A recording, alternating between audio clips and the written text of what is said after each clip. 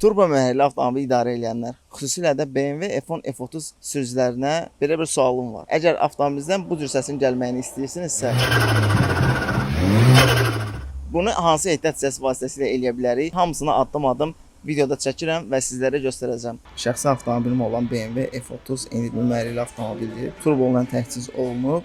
Bu avtomobil üçün GFB firmasından diverter valve sifariş eləmişəm. Bu avtomobildə kompressor surge deyilən, yəni turbo kompressorun təzyiqlə vurduğu artıq havanın sistemdən kənarlaşdırılmasına kömək edən bir hissədir. Biraz performans əlavə eləyir və biraz da səs əlavə edir, hansı ki bu bizim avtomobil həvəskarlarının xoşuna gəlir. Bu cür performans avadanlıqlarını bəzi avtomobillərə qoymaq yaxşı təsir etmir. Nə qədər performans verməsini gözləsək də, çəkildiyi kimi error verə bilər sistemdə. Bu cür modifikasiyalar avtomobilə birbaşa olaraq at yüzü vermir. Sadəcə çox həssas sürücülər bunu hiss edə bilirlər. Zavod blow-off valve daxili hissələr plastikdən olduğuna görə get-gedə onlar aşınmaya və yeyilməyə başlayır plastikdən olduğuna görə. Amma bu kimi performans valvları, yəni metaldan hazırlandığına görə bunlarda aşınma olmur. Aqressiv sürüşlərdə, məsələn trek sürüşlərində xüsusilə bu kimi performans hissələri avtomobilin gedişatına çox yaxşı təsir edir.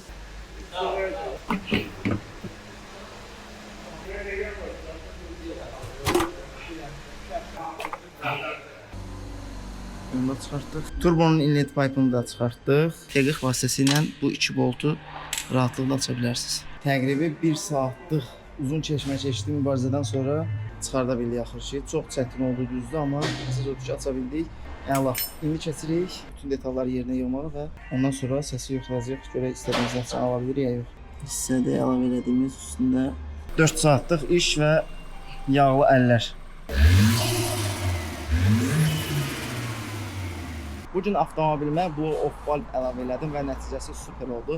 Sadəcə zavod hava filtri ilə istədiyimiz nəticəni vermir. Ona görə də sport hava filtri əlavə etmək lazımdır maşına. Bu günlük bu qədər. Özünüzə və ikinci evinizə yaxşı baxın. Görüşərik.